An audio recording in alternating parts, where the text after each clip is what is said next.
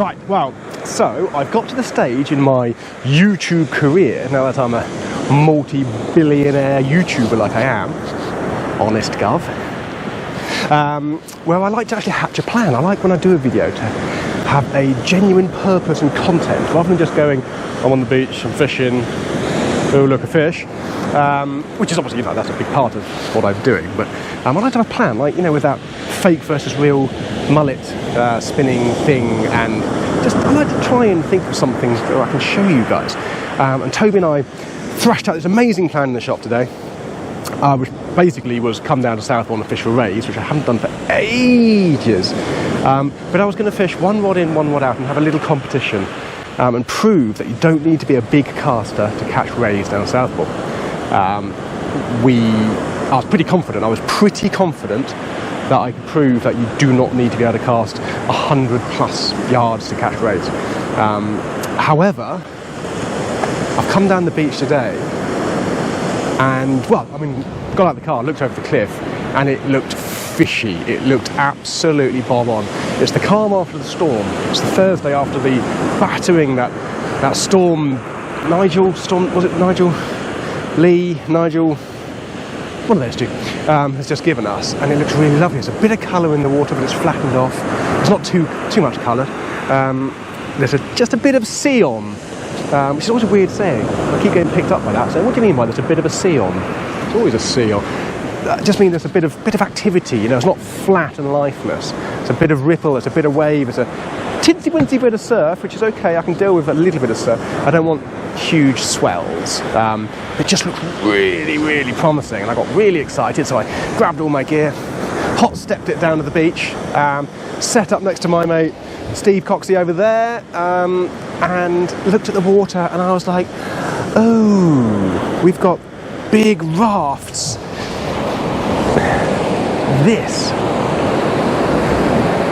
This is not my wig that I know I need. Thank you for pointing that out. This is just loose eelgrass, seaweed, kelp and stuff. So I don't know if I'm going to be able to fish my close-in rod, which is rubbish. Now it started raining. So the whole thing's called a pot. Forget it. I'm not doing a YouTuber anymore. I'm taking my camera and I'm going home. Don't panic. I'm still here. I haven't spat me dummy and taken all my toys home just yet. I shall carry on regardless. The show must go on, and other such phrases to be coined. So let's have a very brief look at the plan. Now, the distance rod, I shall be using my Verret Syria 435 175 gram version with, you probably guessed it already, a Bagnall bar. Who would have thought? I know, I'm so original. To that, I am simply going to strap a sand reel. I've gone pretty basic tonight, so I've got a pack of the Riot baits. Let's throw that one on the floor, shall we? That could be the lucky one. Let's use this one. Riot baits, medium sand eels, headed, tail deep. I'll throw it on the floor again. This video's going well, isn't it? De-headed and detailed. There we go. Very simple. Thread it on like you would a worm, I suppose. It's a little bit frozen still, so it's a bit stiff.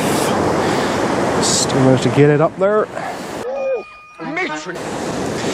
I am going to just use my little baiting tool and a bit of elastic just to secure it in place. Possibly argue that I don't really need to, but force of habit. Tend to use loads of bait elastic when I'm fishing sand eels. Obviously, if I'm strapping a bit of squid alongside it, like I quite often do, or I'm using anchovies or sprats or something, then yeah, definitely bait elastic. But a mostly frozen sand eel's not going to go anywhere. But there we go. I'm going to bait elastic anyway. So that's elasticed in place. Really tatty bit of elasticating there. Let me just trim that bit off. I'm rushing. I'm trying to get a bait in the water whilst it's still daylight. And then I'm simply putting my 2-0 circle in the top. So there we go. That is my sand eel. That is my bar rig. So that is now clipped down What's the one thing I haven't done that I always tell people off for not doing? Stretch your snood before you clip your rig up. Or even on a flapper, stretch your snooze.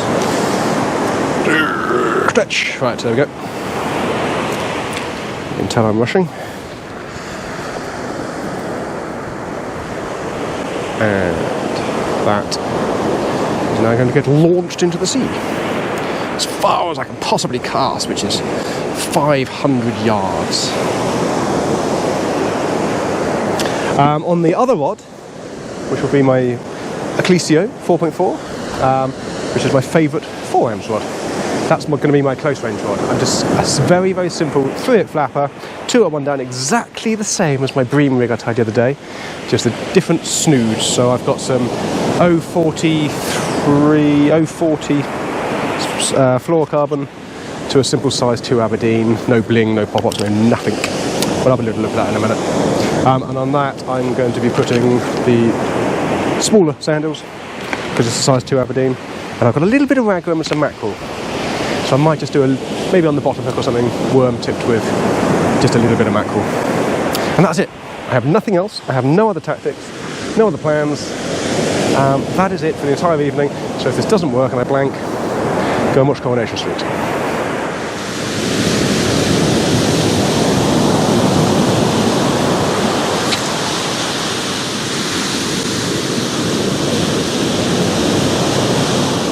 Right, first rod in the water, and I've just moved down close to the water's edge so I can hopefully keep my line up and out of that forest of doom in the edge there. If I was halfway intelligent, I'd have gone to the other end of Poole Bay, maybe sandbanks, or even maybe Branksome or something like that, because it would have been less weedy up there. If you can imagine Poole Bay, with the sort of southwesterly, westerly winds, everything gets pushed to the eastern end, so the sort of Southbourne, Hengistbury end of the bay. So usually after a storm like this, it'll be a little bit less weedy up that end. I'm not there, so clearly I'm not very intelligent, and here I am. So let's have a quick look before we do lose the light altogether, because we're just clinging on to the last little bit of daylight. At second rig, so this is going to be my close range rig. So while I'm still fishing for rays, I've decided to go with a completely different tactic. I should have probably done the same rig in and out for a bit of a leveller, but where would be the fun in that? So I have gone with a 3-hook flapper. So it's exactly the same rig body as we made for the bream rig. So if you look on my videos and find Tom's bream rig, exactly the same rig body. The only difference being the hooks and the hook line. So like I said, I've got some 043 fluorocarbon, which is considerably heavier than the bream fishing. And then I've gone for a size 2 Aberdeen. I picked the Gamakatsu LS 5013, it's one of my favourite Aberdeens. And I'm going to put on that smaller sandals. Now this is one of those really weird situations. I've got these lovely little small sandals, which I love down there. One of those strange situations. Why am I using smaller hooks and smaller baits for my close-in rod? Because obviously logic says small fish are in close and big fish are out far. Well, we know that's absolute twat. But I just kind of stuck in my ways with it, really. I think because I'm so used to coming down here scratching for flatties with 3-hook flappers and stuff like that, sort of close range. I just kind of always automatically do that. So my theory of big fish out, small fish in is rubbish. Ask me where my PB small-eyed came from. Cool. Well, seeing as you asked, it came from here. And guess how far out it was? Nope. No, I tell you, it was 30 yards out. Honestly, £11 1 ounce, 30 yards out, in the gutter, sand eel, on a flapper, bosh, £11 1. I did have one 2 weeks before at £10 4, which was out, but so it just goes to show you do not have to cast far for big fish. Something's getting murdered up the top there. Something, not someone, I'm not going to worry about too much.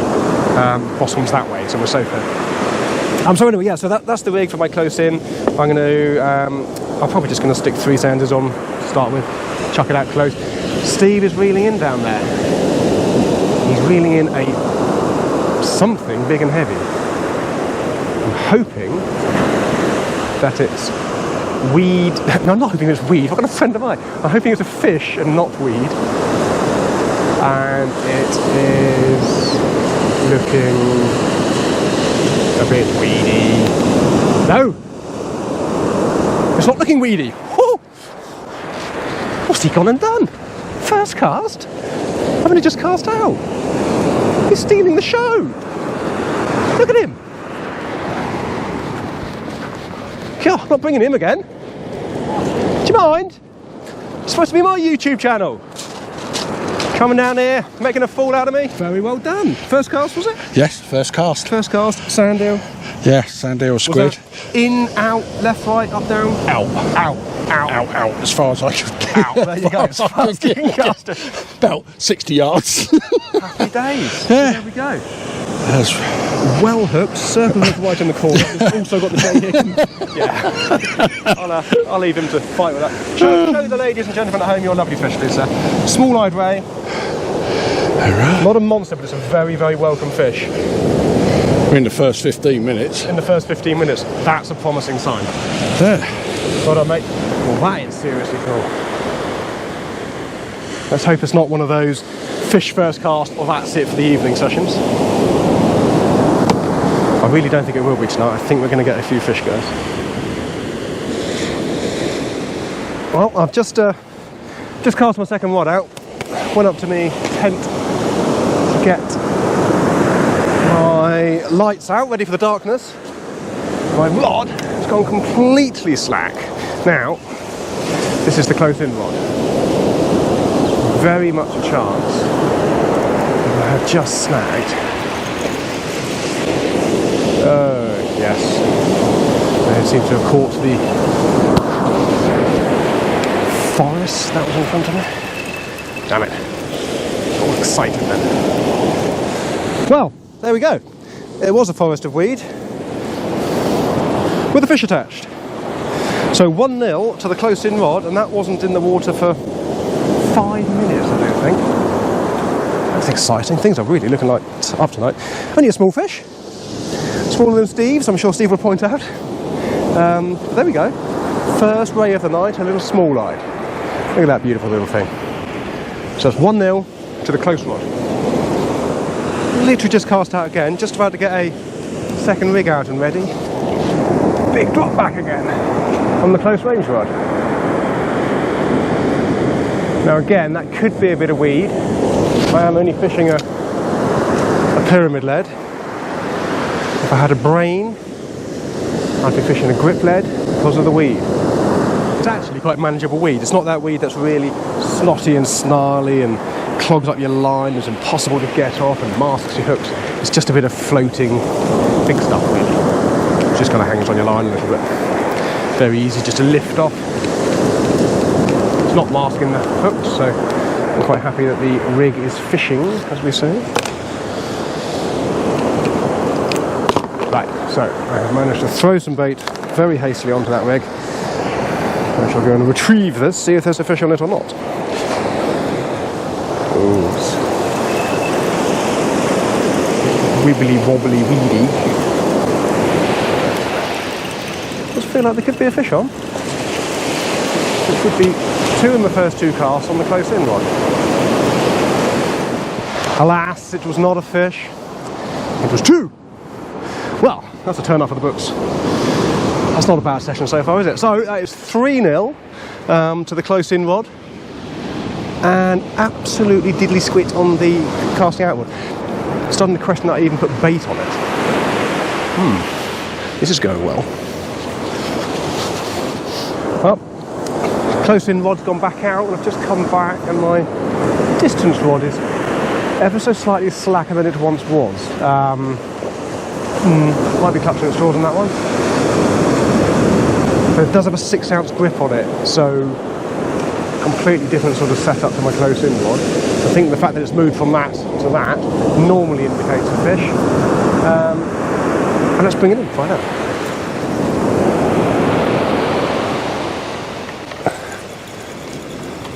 Bit of weight to it. That's disappointing. No ray on the distance rod, just the usual pesky cod. Get loads of these things down here this time of year. Just get in the way of the ray fishing a lot of the time. No, straight up, I just caught that down Southbourne. What the? So yeah, on a single sand eel, launched out on a bar rig, over the bar, on a bar, over the bar. Yeah, there we go. So no ray, however, not going to complain about that. That's a lovely plump cod. That's my dinner. Thank you very much. So that's technically 3-1. Well, does it count? Does it count because it's a cod? Is it still 3-0 to the close range rod? Because I did say it's all about not casting far from rays. I don't know, 3-1 or 3-0. Opinions in the comments, please, guys. Close range rod went off again. Whilst I was busy messing around with that pesky cod. Hope this isn't a cod. Another double shot. I kid you not. That's 5 rays in 3 casts on the inside rod. Should we just call the competition over now? I think I proved my point. Close in for rays, out far for cod, obviously. The distance rod comes fighting back in style. Look at that. First proper one of the night. That is a cracking male small-eyed. I'm not going to weigh it, but I'm going to guesstimate somewhere around the sort of 6 pound-ish mark. Not a giant, but bigger than everything I've had so far. So, debunked the theory of you catch bigger ones in close as well, haven't I? So I've had 5 in close on the in close rod, and 1 ray out and 1 random cod. It's so weird. Anyway, that's a lovely fish. Really pleased with that. Let's get him straight back. Admittedly, it's tiny, but that does make it 6-1/2. It's 5.5 to 1/2. That doesn't not at all confusing, is it? Let's call it 6-2. 6-2 to the close-in rod. The little baba. 7-2. Not even a contest anymore. Which is just as well, because I'm probably just about to lose count. You know what I'm like with counting things. But this one is a blonde. Look at that, a little baba blonde. I don't know if you can see the spots under the spotlight. Oh, you see what I did there? Little tiny spots all the way to the very edge of the wing, making that a little blonde. So I've had 6, no, lost count already. 7 small-eyes, 1 blonde, and pesky cod. Haven't really had much time to talk to Steve. Well, haven't had any time to talk to Steve, in fact. But he's bagging as well. I think he's just had his 4. He'll correct me if I was wrong on that one. But yeah, he's catching all small-eyes. Really is a really rather very good session. I had a lovely message last week on my bass video from a guy called Rick. Thank you for the comments. Always really appreciate kind comments, guys. Thank you very much for those. But he said he's just got his mate's son into fishing. I think he was 10. Jack. It was Jack. Hello, Jack, if you're watching. But he did say, he said, do you always have, you know, great sessions every time you go fishing? And I sort of tried to no, not always, you know. 10, Monday, Tuesday, Wednesday, Thursday, Friday. 11 days ago, we were down here on a 4-man team competition thing, and my entire 4-man team blanked. So, no, I don't always catch fish. However, I do seem to get quite lucky when I've got the cameras out. They're like my lucky charms, I think. Now, there's a reason for that, isn't there? When I fished that match last week, I didn't have a choice of venue, times, date, etc. I had to go where the match was, when the match was, etc. When I'm freelancing, when I'm doing my videos, I do pick the best times, the best venues for that current time, conditions, etc, etc, etc. So I really do sort of get to really pick the best opportunity for me to catch fish. If you don't know the best opportunity to catch fish, just ask us, or ask your local tackle shop, wherever you live. Just go and talk to them, because day in, day out, every single day of my life, I've got people telling me what they've caught. You know, I probably wouldn't be down here if my mate Jürgen 3 days ago hadn't come down and caught a load of rays, and my mate Robbie, the day before that I think it was, came down here and caught a load of rays. So, you know, you could accuse me of chasing fish, but why wouldn't you? Go where the fish are. Number 1 rule of fishing. I always say that, don't I? So yeah, talk to your tackle shop. Ask them, where can I go? Where can I go? The best chance of me catching fish tonight. Tell me where and tell me how. It's our jobs to put you on the fish. There we go, 8-2 to the close in rod. It is officially a thrashing. Another little small eye, that one. Loads of fun. Number three for the distance rod. Only a little babble one. And I must admit, didn't really pick up a bite on that. Having had, you know, quite a lot of mono out there with a 6-ounce grip lead, it didn't move the lead. A lot of bow in the line, bit of stretch, that sort of thing. I didn't pick up a bite, so I'm wondering if that could have been on there for 15-20 minutes whilst I was in and out with the other rod. So maybe if I work the other one a little bit quicker, I might catch in more. I don't know. Am I clutching at straws a little bit? I think so. I think just the close range rod is thrashing it tonight. Another one for the distance rod. Comeback is on, surely. Is that number 4? 4? I don't know. I'm really bad at counting. No, that's a lie. I'm quite good at counting, you know. I'm a big boy now. I'm just really bad at remembering what I've got. Oh, I was caught right in the circle on that. Right in the circle? No, right in the corner on that circle hook. And that was not coming out. There you go, another little small eyed on the distance rod. I think that's number 4 on the distance rod. So that makes it 8-4, is it? Right, don't panic. Just a triple shot on the close range rod. I kid you not. Just when I thought the distance rod was catching up, obviously I left it a little bit longer out there whilst I was dealing with those 2 rays on the distance rod, which just meant the rig filled up. Triple shot arrays, of course. Why wouldn't you? Number 5 for the distance rod. Another little small-eyed. It's got a strange kinky tail. Look at it. Well, I've officially lost count. I'm not even going to pretend I know how many that is. That's 2 more to the close range rod. Really little tiny baby, look. I'll put a little tally, shall I? Shall I do the whole long range, short range tally thing up in the corners? That might help. Another one at range and a slightly better one again. Not as big as the other one, but definitely a slightly better Stonfo fish at range, isn't there? So that's another one at range. That's number for the evening, which I'm very pleased with. Another double to the close range and another one of those little blondes. That's 2 blondes out of the plethora small eyes tonight. Cute little things. I could do with one of you about £12 bigger would be nice. Which reminds me, I've got a blonde hunt to finish at some point, haven't I? Just when I thought this session couldn't get any better, another double shot on the close range rod. First of all, that's a ray. You may have seen one of those tonight so far, possibly, 1 or 2. Decent sized one though, happy with that. That's a decent sized ray on the close range rod. That gave a good tussle, but that's boring. We've seen loads of those. Just when you thought it couldn't get any better. Up outing, the Prince of the Sea.